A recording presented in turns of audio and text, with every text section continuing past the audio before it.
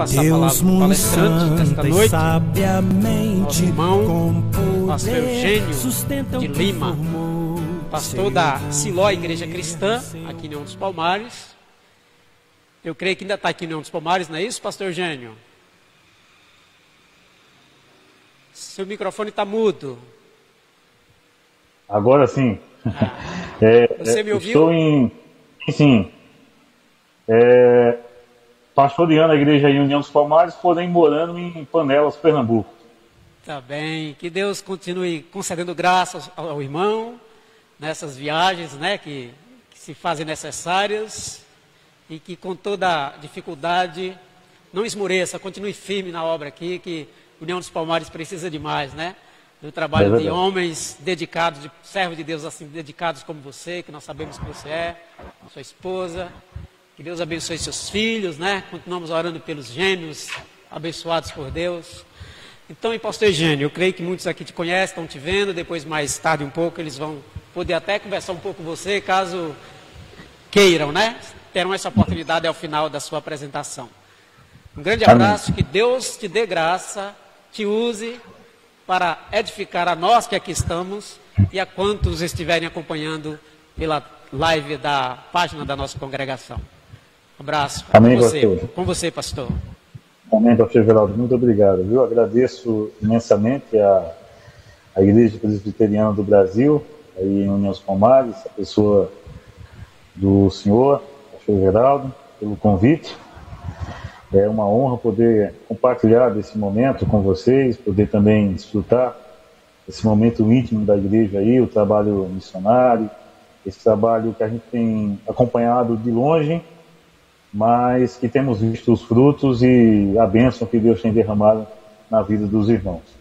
E hoje coube a mim o tema, a extensão do Evangelho. A extensão do Evangelho.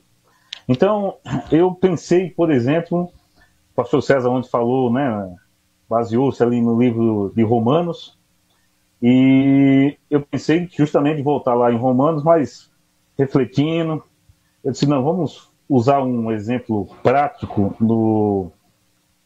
nos evangelhos para poder tratar desse assunto. Então, vou convidar os irmãos a, por favor, abrirem as suas Bíblias em Lucas, o capítulo 19.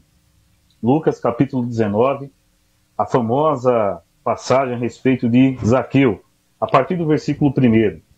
Lucas, o capítulo 19, a partir do versículo 1. Então, nós vamos fazer a leitura do 1 até o 10. Eu estou aqui usando uma versão Almeida século 21.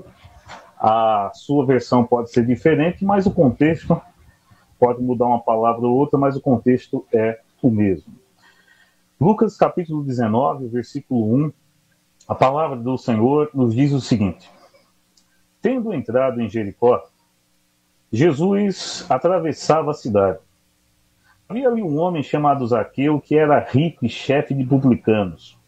Ele tentava ver quem era Jesus e não conseguia por causa da multidão e porque era de pequena estatura. Correndo na frente, subiu num sicômoro a fim de vê-lo, pois Jesus tinha de passar por ali. Quando chegou àquele lugar, Jesus olhou para cima e disse: Zaqueu, desce depressa, porque hoje tenho de ficar em tua casa.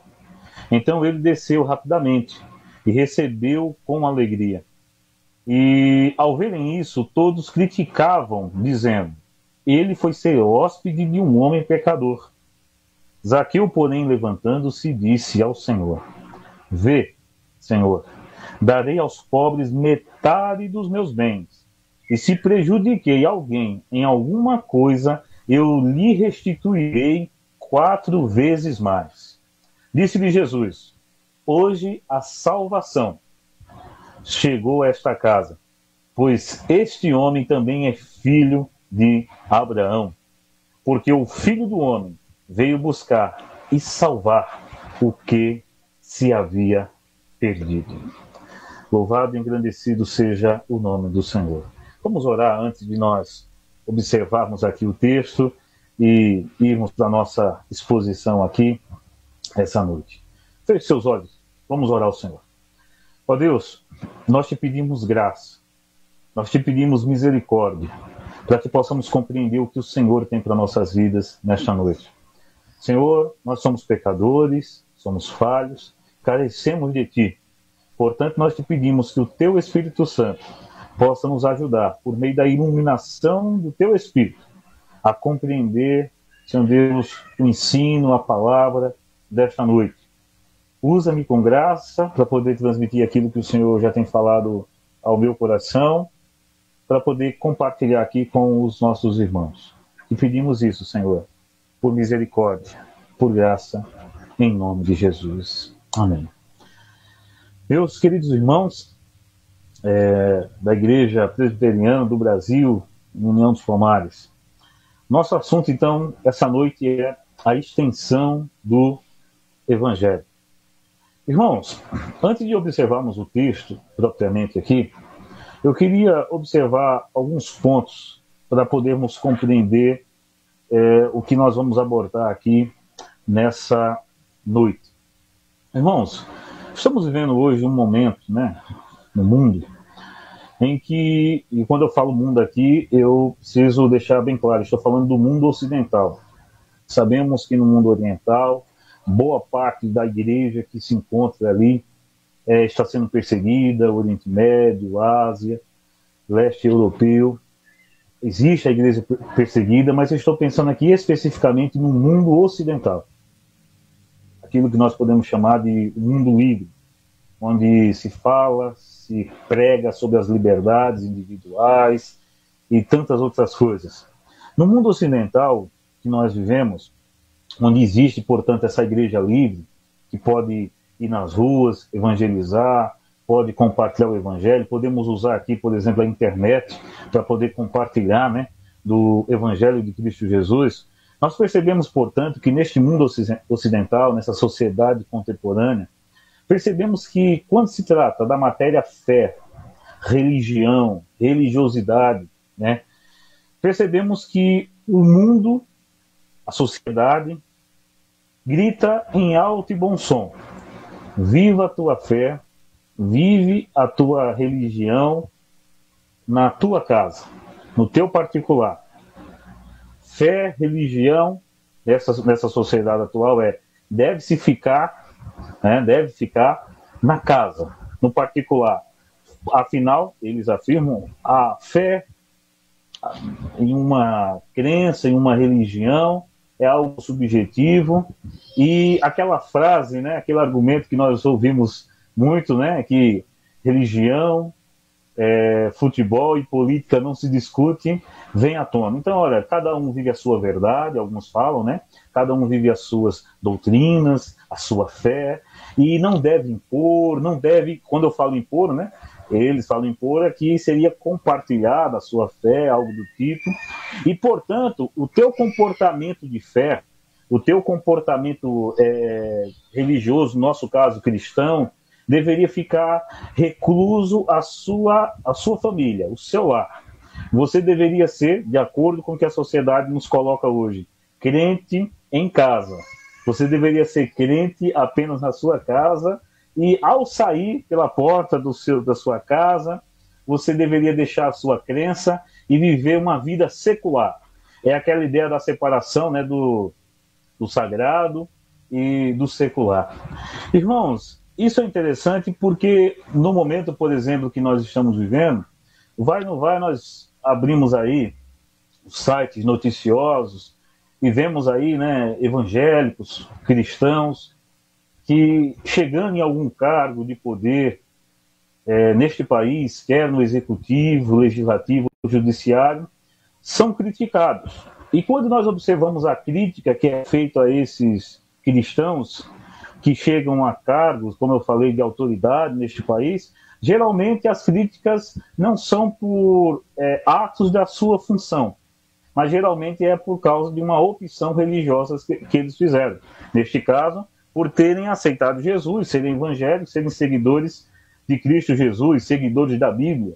Então nós observamos que essa sociedade critica, eu posso até dizer, odeia, certo? Perseguem aqueles que expõem, compartilham da sua experiência, e aqui falando para nós que servimos ao Senhor, a sua experiência, a sua fé em Cristo Jesus.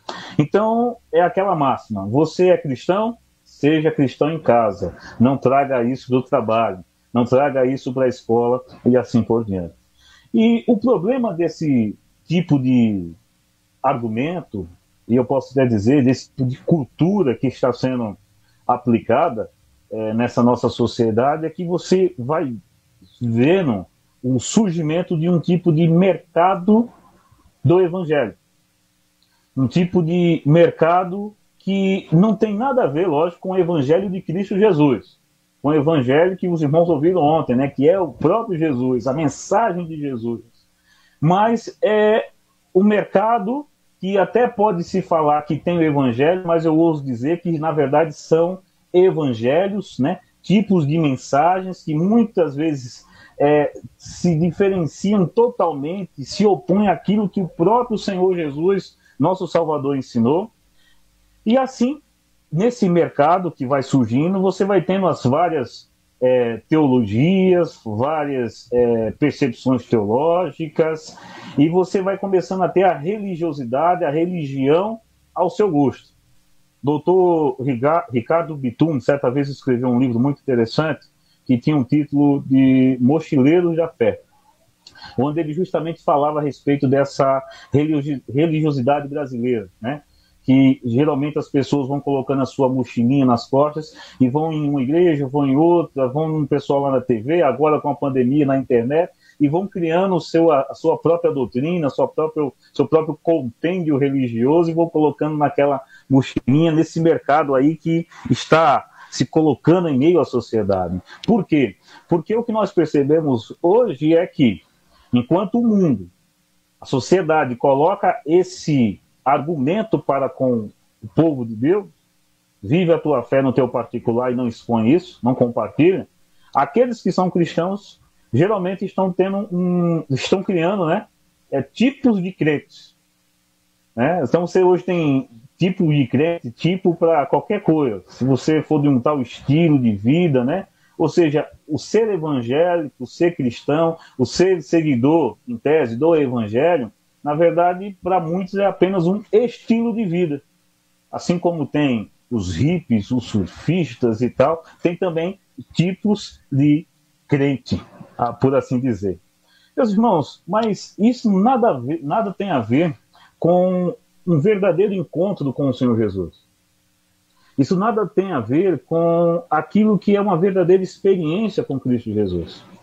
Porque aquele que um dia encontrou-se com Cristo, aquele que um dia foi salvo por Cristo Jesus, aquele que um dia teve esse encontro maravilhoso com o Santo Evangelho, ele não toma para si o Evangelho como um estilo de vida, como eu falei, né?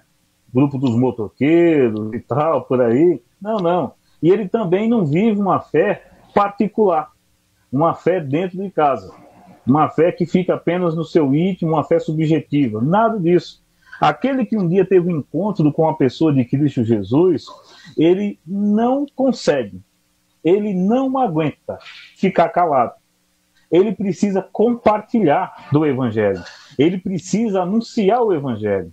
Então, quando nós observamos essa característica do cristão, daquele que um dia foi salvo por Cristo Jesus, nós percebemos que a evangelização, o evangelismo, deveria, pelo menos, ser algo do cotidiano, algo do dia a dia de um cristão.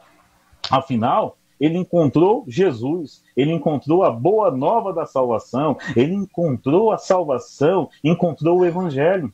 E ficar guardado, com esse tesouro, ficar guardado só para si, é algo ilógico. Ele precisa compartilhar com os amigos, familiares, com todo aquele que precisa ouvir, como ele um dia precisou ouvir esta mensagem.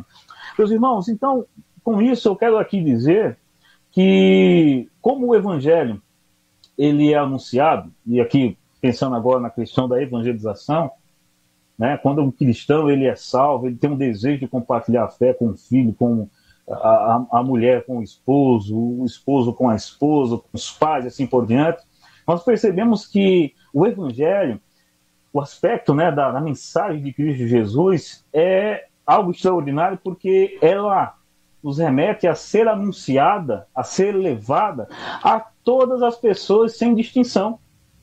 Quando nós olhamos a mensagem de Cristo, a mensagem do Evangelho, nós percebemos isso. É pregar em Jerusalém, na Judéia, em Samaria, até os confins do mundo.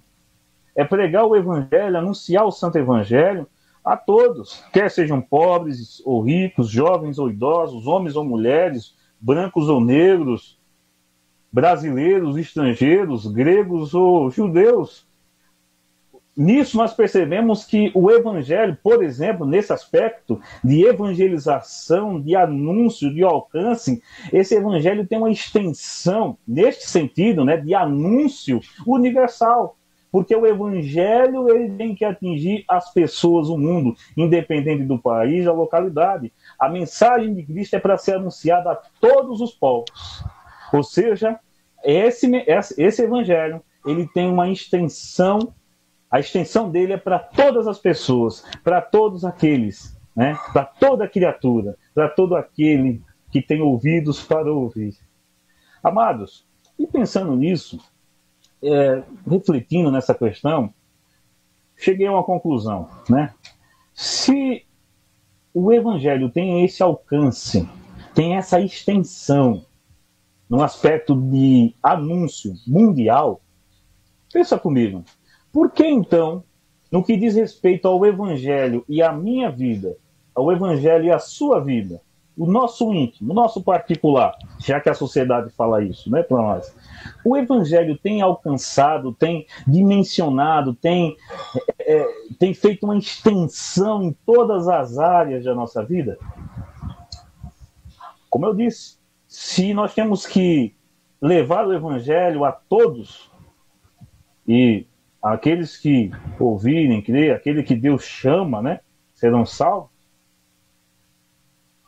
esse Evangelho também precisa ser estendido, ser dimensionado, atingir todas as áreas da minha e da sua vida. Ou seja, o Evangelho deve estender-se em nossa vida.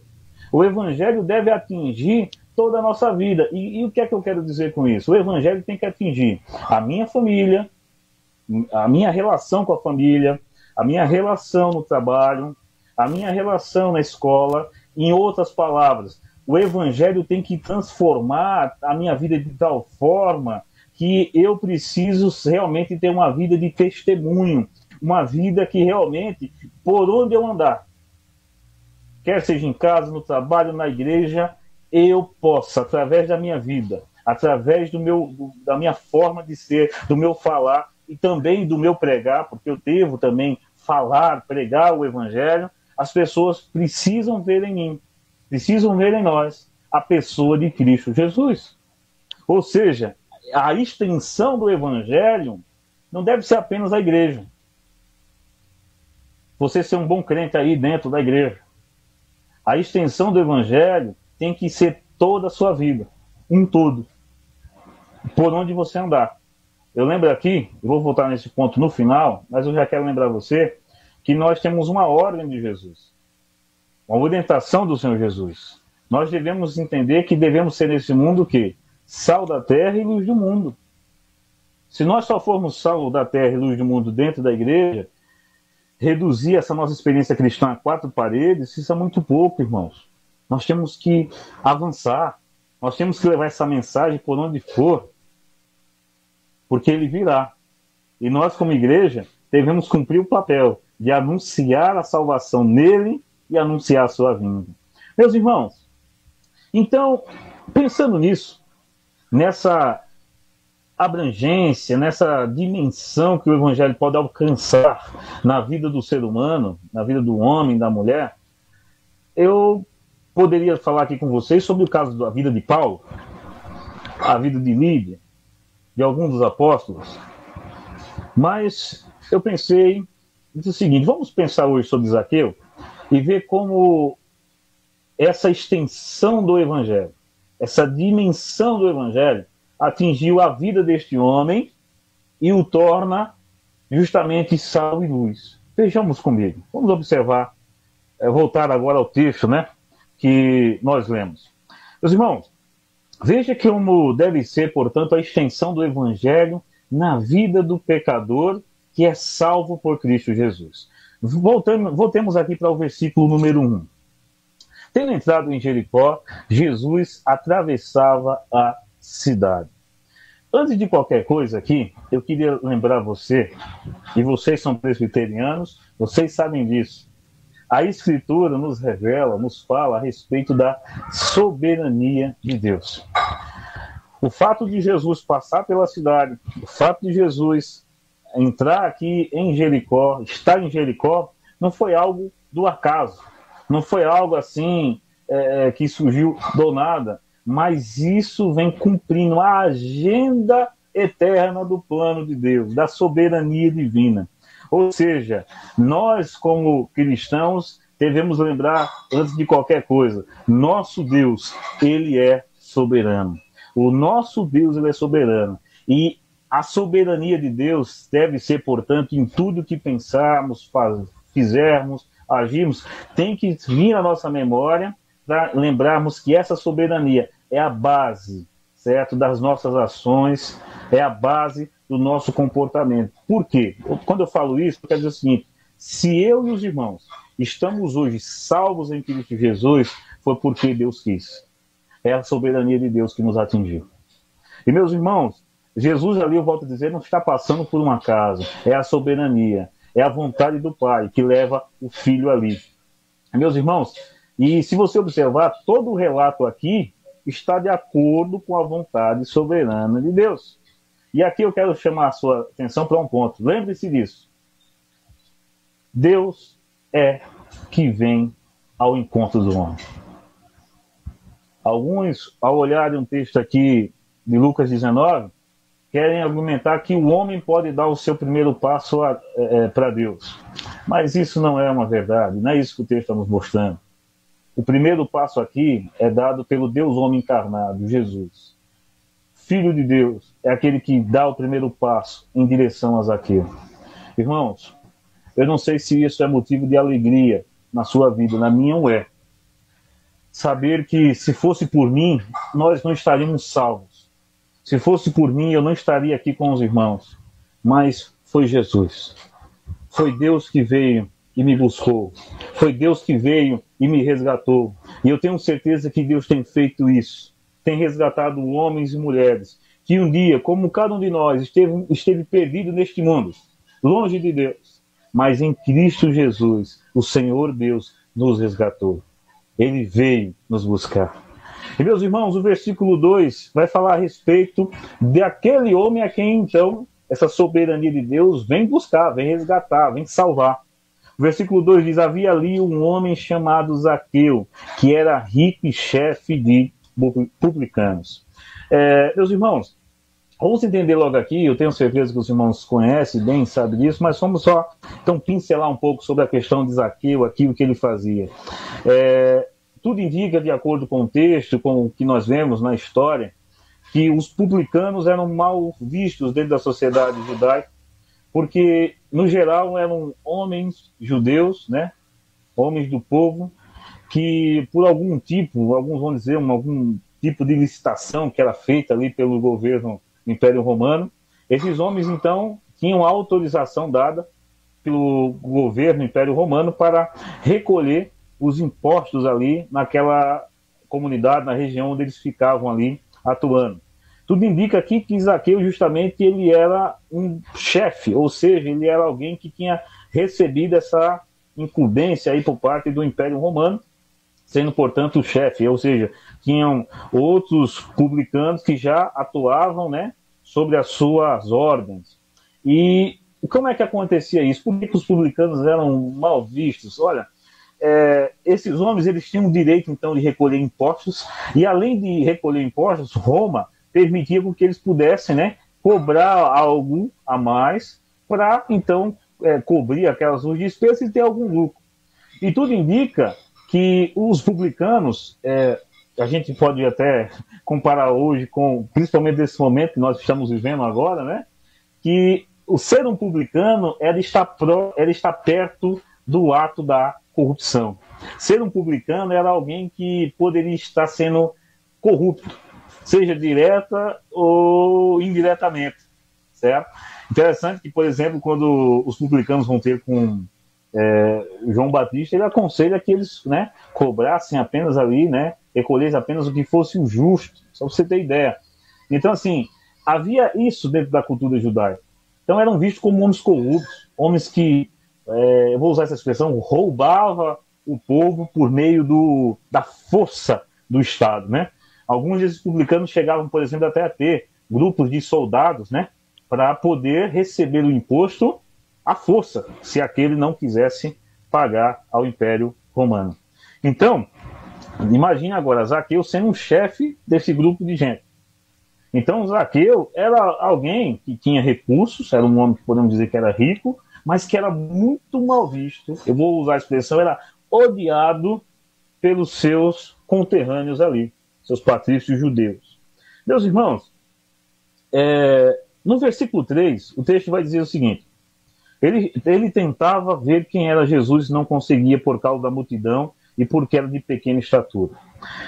Meus irmãos, observe aqui que esse homem rico, esse publicano, esse chefe de publicano, ele ouviu falar a respeito de Jesus. É isso que o texto está nos entender. Porque se ele quer ver quem era Jesus, é porque ele ouviu. Algo chegou a respeito de Jesus para Zaqueu. E aqui eu lembro de uma passagem bíblica, né? Que é quando Jesus pergunta aos seus discípulos, né? Quem diz os homens que eu sou? Eu não sei o que foi que os homens falaram a respeito de Jesus a Zaqueu. Eu não sei. Mas isso despertou, certo, aquele homem para querer ver, né, quem era Jesus. Você observa aqui que o texto vai deixar bem claro que Zaqueu era um homem de baixa estatura. Ele não era, portanto, um anão, mas era um homem baixinho, certo? E a multidão ali, Jesus por onde andava, né, a multidão o apertava, não permitiam que ele pudesse ver a Jesus, pudesse ver ao Senhor. Então, ele vai subir ali numa árvore, certo? Para poder, então, enxergar, poder ver Cristo. Os irmãos me permitem, deixa eu fazer aqui uma breve analogia, uma breve comparação com o momento que nós estamos vivendo. Meus irmãos, observem que Zaqueu, ele, em meio à multidão, ele tenta ver Jesus. Há muitas pessoas também tentando da mesma forma. Há muitos que estão tentando ver a Deus. Há muitos que querem ver a Cristo Jesus, desejam ver a Deus, só que não conseguem. Não conseguem porque estão sozinhos. Não conseguem porque estão tentando por meio das suas obras, por meio de seus atos, dando o seu jeitinho para tentar ver Jesus, tentar ver a Deus. E, meus irmãos, e um homem sozinho, um homem por si mesmo, ele não consegue chegar a Deus. Eu lembro a você o que Jesus falou para Nicodemos, você lembra? Necessário é nascer de novo. Se nós não nascermos de novo, e por isso que eu digo, é Deus que vem ao nosso encontro, meus irmãos, nós não vamos conseguir nunca chegar a Jesus. Podemos fazer todo o esforço do mundo. Meus amados, nós vivemos hoje numa sociedade que muitos querem ver a Deus. Muitos dizem ter Deus no coração. Mas, meus irmãos, entre dizer que tem Deus no coração e realmente viver para Deus, há uma distância enorme. Meus irmãos, observe aqui que essa multidão estava atrapalhando Zaqueu de poder ver a Jesus. Me permita também fazer uma comparação com hoje. Há uma multidão aí fora. Lembra do mercado da fé que eu te falei no início? Há uma multidão aí fora que estão buscando a Jesus, mas buscando Jesus para algo. Uns estão buscando Jesus só para cura, outros só para prosperidade e assim por diante. Essa multidão, ela termina mais atrapalhando o homem de ver a Deus do que ajudando, infelizmente. Há muitos hoje, talvez você tenha familiares, talvez eu estou falando aqui com pessoas que têm familiares hoje que não querem saber de igreja, não querem aceitar um convite para ir a um culto, porque odeiam a igreja, odeiam os crentes, não por causa das igrejas, das comunidades sérias, mas infelizmente por essa multidão religiosa que grita, esperneia, aperta Jesus, e que infelizmente mais atrapalha do que ajuda aqueles que querem ver a Jesus. E eu vou te falar isso porque o texto vai dizer que depois, em meio àquela multidão, há um grupo que critica Jesus por ele entrar na casa de Zaqueu. É assim, a multidão muitas vezes mais atrapalha do que ajuda. Mas vamos continuar. Meus irmãos, o versículo 4 diz o seguinte: correndo na frente, subiu num sicômoro a fim de vê-lo, pois Jesus tinha de passar por ali. Observe a expressão, tinha de passar por ali.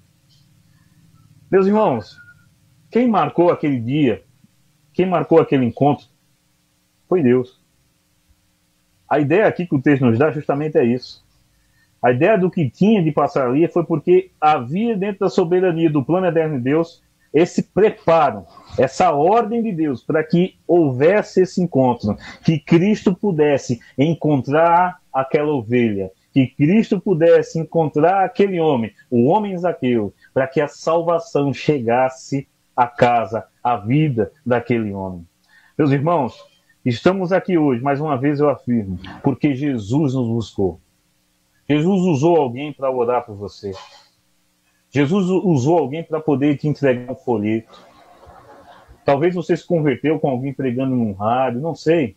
Mas saiba de uma coisa, foi a mão de Deus, foi Deus usando pessoas para trazer você, para trazer por meio do seu Santo Espírito você à presença dele. E eu lembro aqui aos irmãos que eu disse no começo que nós, se um dia aceitamos Jesus, então, recebemos a Cristo, eu gosto mais dessa expressão, de receber a Cristo, nós temos, portanto, o dever de anunciar o Evangelho, de pregar o Evangelho. Talvez não estou dizendo que você tem que ser um missionário, tá bom? Mas você tem que compartilhar o Evangelho. Irmãos, entenda uma coisa, Deus quer nos usar. Deus quer nos usar para que vidas possam ser resgatadas desse mundo de trevas. Observe que Zaqueu, portanto, era um homem que podemos dizer que, apesar de rico, pela sociedade era rejeitado, era um homem abandonado, era um homem mal visto, mas observe que Jesus amou a este. Jesus foi ao encontro desse para resgatá-lo. Eu acho interessante porque muitos também de nós fomos assim. Talvez você, eu, um dia, até poderíamos ter recursos financeiros, sermos pessoas da sociedade, mas por atitudes, por coisas que fizemos, por comportamentos, pecados, fomos rejeitados, fomos mal vistos, abandonados, até mesmo pela família, amigos. Mas Jesus nos resgatou. Jesus, ele quer resgatar. Talvez eu falo aqui com pessoas que ainda não entregaram sua vida a Cristo Jesus. Talvez a maravilhosa extensão, a dimensão do Evangelho ainda não tocou na sua vida. Você está visitando a igreja, está indo na igreja, mas você ainda não teve aquele encontro com Cristo Jesus. Eu quero te falar, hoje é a melhor hora. Hoje é o melhor dia, a melhor noite, para que você possa ter esse encontro com Cristo Jesus. Não perca essa oportunidade.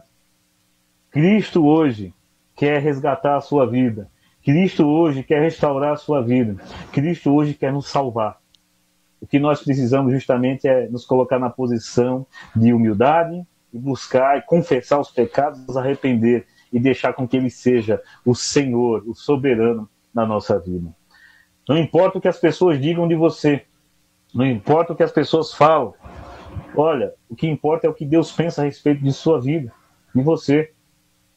E eu digo uma coisa para você, Deus pode perdoar os seus pecados, Deus pode perdoar todos os seus atos, te dar misericórdia, derramar graça e te fazer nascer de novo. Que você possa compreender isso e abrir, entregar, certo? Se derramar aos pés de Cristo Jesus. Meus irmãos, agora no versículo 5 diz o seguinte: quando chegou àquele lugar, Jesus olhou para cima e disse-lhe: Zaqueu, desce depressa, porque hoje tenho de ficar em tua casa. Observando aqui, eu fui pesquisar, e quando nós observamos ali no original, eu não sou nenhum especialista em grego, hebraico, Tenho certeza que o pastor de vocês aí, o pastor Everaldo, é bem mais profundo nisso aí do que eu, tá bom? Sou apenas um curioso. Eu fui pesquisar um pouco e eu achei algo interessante, que a ideia aqui, né, do texto, no original, você poderia ter traduzido de uma outra forma, poderia ser o seguinte, olha, essa expressão, porque tem de ficar em sua casa, uma tradução possível seria porque tem necessidade, né, de estar, né, de ficar em sua casa. O interessante aqui é que, independente da tradução aqui, mas ao olhar o texto aqui no original grego, nós observamos que o ponto em destaque que o evangelista Lucas nos traz aqui é que, como eu disse no início, Deus havia preparado aquele encontro. Olha, Zaqueu, parafraseando, eu estou aqui, desce, porque o Pai preparou esse encontro. O Pai decidiu, o Pai quer que eu vá à sua casa para levar a salvação.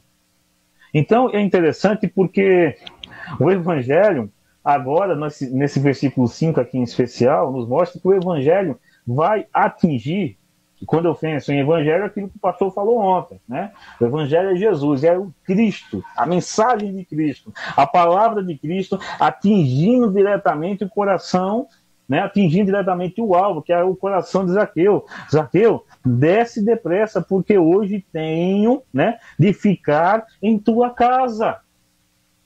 Irmãos, interessante que ninguém pode fazer a opção de ouvir ou não o Evangelho, né? Às vezes você recebe um folheto e tal, a mensagem ela é lançada sobre você, né? Então, nesse caso aqui, Cristo Jesus, né? Ele vem com a palavra, lança a palavra, e essa palavra atinge o coração daquele homem que queria ver a Deus, queria ver a Jesus, no caso, né? E aquele homem recebe aquela palavra de tal forma, eu acho interessante, porque o versículo 6 diz, né, que ele desceu rapidamente. Olha que coisa extraordinária. O evangelho atingiu, né, aquele bom solo, a semente caiu naquele solo fértil ali, e agora Zaqueu ele desceu rapidamente. Por quê? Porque Zaqueu já começa a perceber que a sua vida tem necessidade de Cristo Jesus. Irmão, se nós formos avançar aqui um pouco mais, vamos observar nos versículos 6 e 7, eu faço questão de ler. Então ele desceu rapidamente e o recebeu com alegria. Ao verem isso, todos criticavam, dizendo, ele foi ser hóspede de um homem pecador. Meus irmãos, o mundo, como eu disse aqui no início, o mundo, a religião, né, os religiosos modernos, eles querem muitas vezes fazer aquilo que nós abordamos aqui no início. Eles muitas vezes vão criticar, vão agir de uma forma terrível, que eu lembro agora de um hino muito bonito do Grupo Logos, né? Pastor Paulo César, um hino chamado O Evangelho, e parafraseando ali uma parte, né, daquela linda poesia de Paulo César, o mundo, a religião, essa multidão que eu disse a você aí, ela quer dizer para Deus como Deus deve ser, como Deus deve agir, como ele deve abençoar, a quem ele deve abençoar.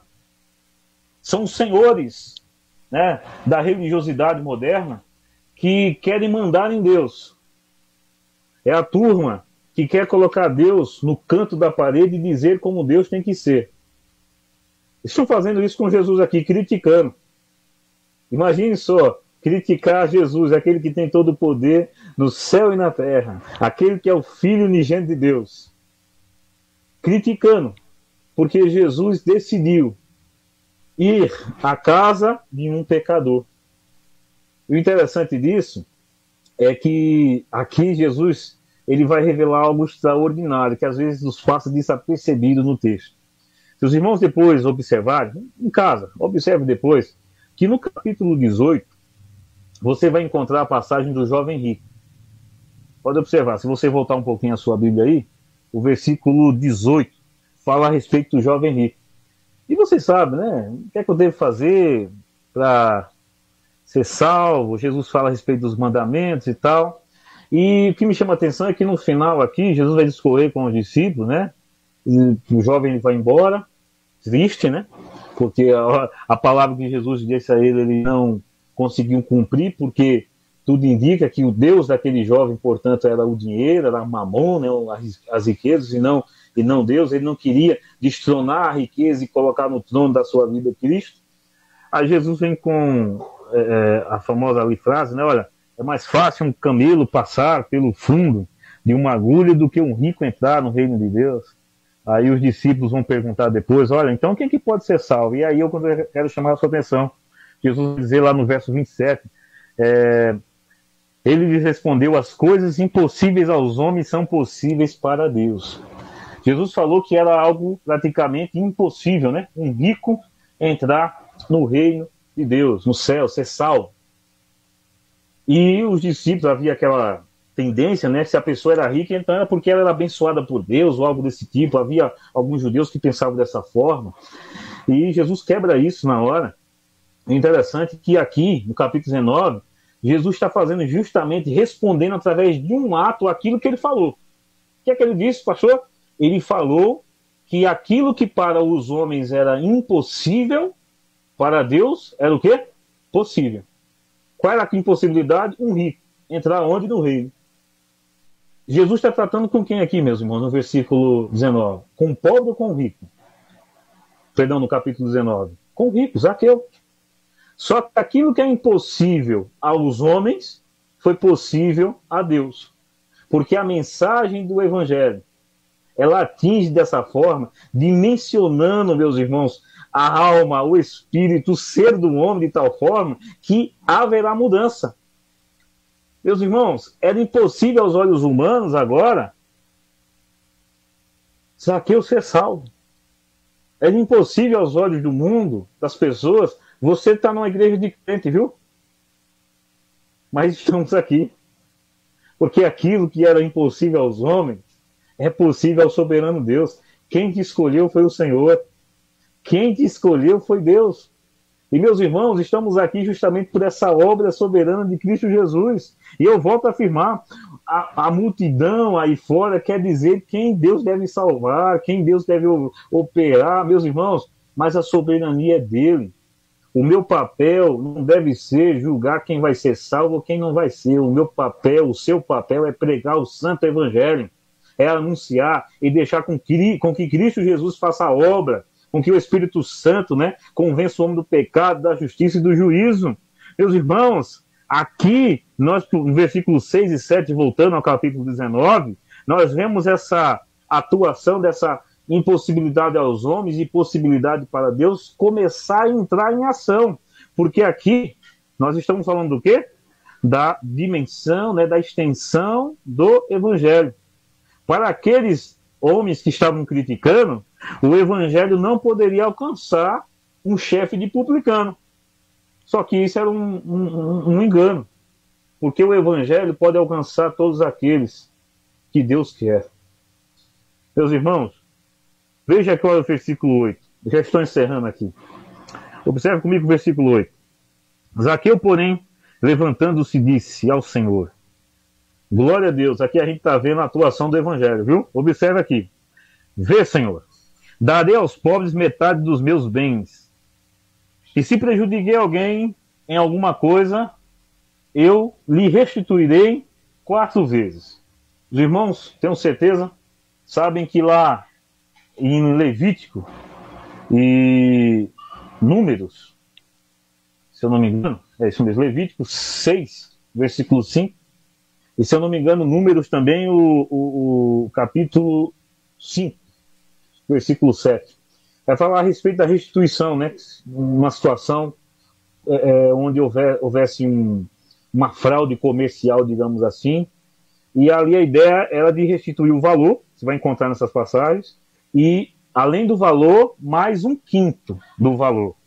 Então vamos supor, o camarada ali defraudou em R$1.000, um exemplo, ele tinha que devolver o valor de 1.000 e mais uma correção monetária de 1/5. Observe que lá para o jovem rico foi dito a ele: olha, vende, não foi, os teus bens, não foi isso que o Senhor disse? Vende, verso 22 do capítulo 18, vende tudo quanto tens, reparte com os pobres e terás um tesouro no céu. Depois vem e segue.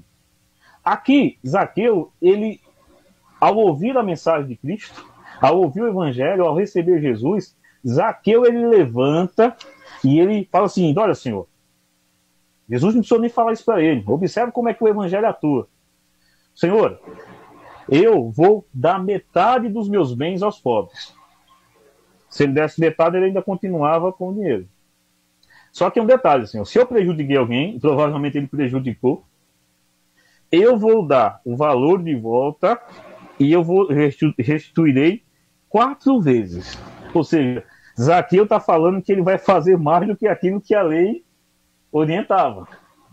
Isso é interessante porque nós vamos ver muitas vezes Paulo falando que nós fomos libertos, né, da lei, salvos pela graça, né, porque nós não temos condições de cumprir todo o mandamento da lei, por isso a nossa salvação é pela graça, por meio da fé.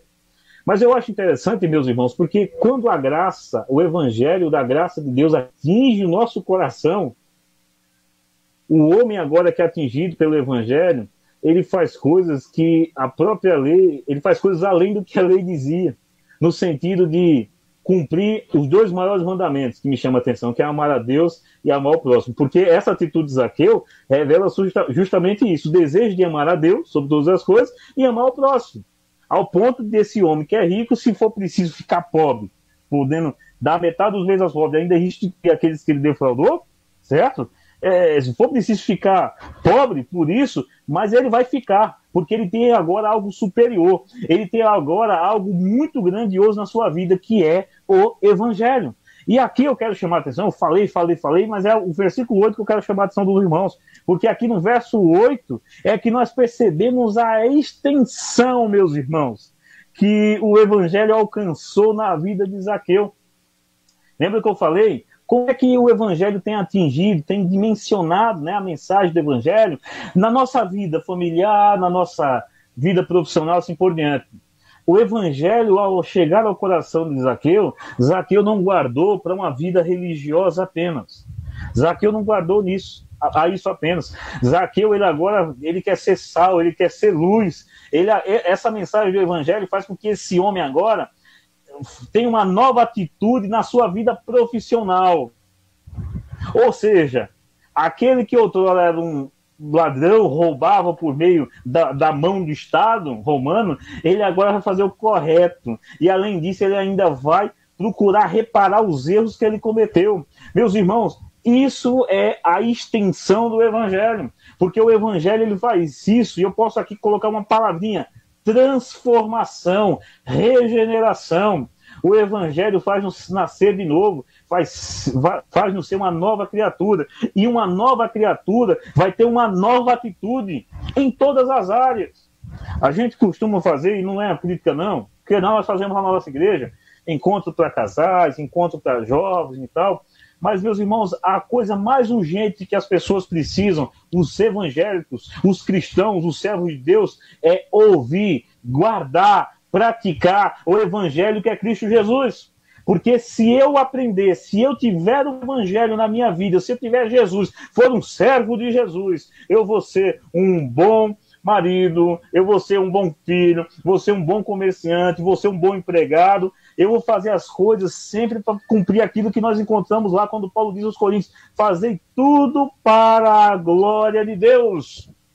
O evangelho tem que atingir a nossa vida como um todo, tem que ramificar em todas as áreas da nossa vida. Zaqueu aqui é a prova que o evangelho tem poder para isso, porque ele é o poder de Deus para a salvação. Meus irmãos, nós temos que parar e observar a nossa vida hoje. O evangelho tem alcançado essa extensão. O evangelho tem mudado quem eu sou. O evangelho tem mudado quem eu sou no trabalho, na escola, na família, assim por diante. Porque às vezes nós ficamos, meus irmãos, na igreja 10, 15, 20 anos e ficamos atrofiados, não há mudança, não há transformação. E precisamos ser mudados. Precisamos, meus irmãos, realmente mostrar, viver uma vida nova, uma nova vida. Uma nova criatura em Cristo Jesus. Morrer para esse mundo e viver para Cristo. A vida que vivemos agora nesta carne, conforme Paulo fala, é viver pela fé, e a fé no Filho de Deus, ou seja, é fazer a vontade de Deus, é viver nos passos de Cristo Jesus. Nós temos que colocar isso em prática na nossa vida. O Evangelho tem alcançado as dimensões gerais da minha vida. O verso 9 vai dizer o seguinte: disse-lhe Jesus, hoje a salvação chegou a esta casa. Que coisa maravilhosa! Hoje a salvação chegou a esta casa, chegou à vida de Zaqueu, chegou na vida deste homem, pois este homem também é filho de Abraão. Observe aqui que a expressão filho de Abraão não diz respeito à sua descendência, dele ser judeu ou algo do tipo, não. Mas aqui é filho de Abraão porque teve um ato de Abraão que foi anterior, por exemplo, né, ao ato da circuncisão ali, da aliança de Deus com ele, que foi o ato da fé. Ou seja, porque Zaqueu é filho de Abraão, porque assim como Abraão teve fé, assim como Abraão creu, Zaqueu também fez. Zaqueu também ouviu a mensagem. Irmãos, nós temos que ser também, né, filhos de Abraão nesse sentido. Quero te fazer uma pergunta: você tem crido? Você tem tido fé? Tem confiado nesse Deus soberano? Meus irmãos, é muito fácil falarmos muitas vezes da soberania, do poder de Deus, na teologia, né? E não colocar isso em prática. Quando as turbulências da vida nos atingem, realmente o Evangelho tem mostrado a sua extensão em nós? Quando nós passamos por enfermidades, dificuldades, realmente o Evangelho tem se traduzido numa vida prática, numa confiança plena em Deus? Não estou dizendo que com isso o crente não chora, não desanima, não, chora. Às vezes fica fraco, fica. Mas a sua esperança, a sua completude, a sua alegria é Cristo Jesus, na mensagem do Evangelho, no Evangelho de Cristo Jesus. A nossa esperança está em Cristo. E aquele que confia em Cristo, ele sabe que Cristo vai operar em sua vida, porque todas as coisas cooperam para o bem daqueles que amam a Deus. Versículo 10 é o resultado do Evangelho. Porque o Filho do Homem veio buscar e salvar o que se havia perdido. Esse é o resultado do Evangelho que o pastor César, por exemplo, falou com vocês ontem. Salvar o que se havia perdido. E aquele que estava perdido e agora foi encontrado, ele tem então que dar um bom testemunho, tem que exteriorizar essa mensagem, essa salvação. E como eu falei, esse Evangelho tem que estender-se, tem que enraizar-se em todas as áreas da nossa vida. Meus irmãos, já falei demais. Talvez alguém possa estar até cochilando agora. Deixa eu finalizar aqui com algumas questões aqui. Qual tem sido a extensão do Evangelho em sua vida? O Evangelho já chegou na sua casa? O seu relacionamento com seu marido, minha irmã? O relacionamento com a sua esposa, meu irmão? O Evangelho já chegou no relacionamento entre você e seus filhos, seus pais? O Evangelho já chegou no seu relacionamento para com os seus colegas de trabalho, na sua vida comercial, se você for um empresário? O Evangelho já tem chegado no seu relacionamento na igreja com os irmãos, seus vizinhos? É triste quando nós ouvimos algumas pessoas olharem e dizer assim: olha, eu tinha até vontade de ser crente, mas ser crente igual fulano, eu não quero ser, não. É triste ouvir isso. Isso é o resultado de vidas que o Evangelho ainda não atingiu. É apenas uma vida religiosa. O Senhor não nos chamou para isso. O Senhor não me chamou, nem te chamou para sermos religiosos. Ele me chamou, te chamou para sermos servos de Deus, servos de Cristo Jesus, servos que vivam o Evangelho, vivam a nova da salvação. Para isso, meus irmãos, nós devemos fazer-nos essas perguntas, para analisar se nós temos sido sal da terra e luz neste mundo. Lembre, em Antioquia, foram pela primeira vez, lá em Atos vai nos dizer, chamados de cristãos. Você e eu temos que ser verdadeiros cristãos. E para isso, nós temos que viver o Evangelho de forma profunda. O Evangelho tem que alcançar uma dimensão na nossa vida que devemos viver, pensar o Evangelho. E assim, meus irmãos, nós verdadeiramente seremos instrumentos do Senhor para alcançar outras vidas, outras pessoas, como um dia fomos alcançados por Cristo Jesus, por meio do Santo Evangelho. Finalizo relembrando a você isso. Se a mensagem do Evangelho é para ser pregado a todos, o Evangelho também tem que enraizar, estender-se em todas as áreas da nossa vida. Qual tem sido a extensão do Evangelho? Qual tem sido a dimensão do Evangelho na minha vida e na sua vida? Os irmãos, que Deus nos abençoe e que possamos refletir nisso. Possamos refletir neste ponto, porque o tempo se aproxima e nós temos que cumprir o nosso papel aqui como igreja do Senhor. Que Deus nos abençoe, que Deus abençoe a Igreja Presbiteriana em União dos Palmares e que Deus possa a cada dia nos ajudar a viver o Santo Evangelho. Obrigado por essa oportunidade.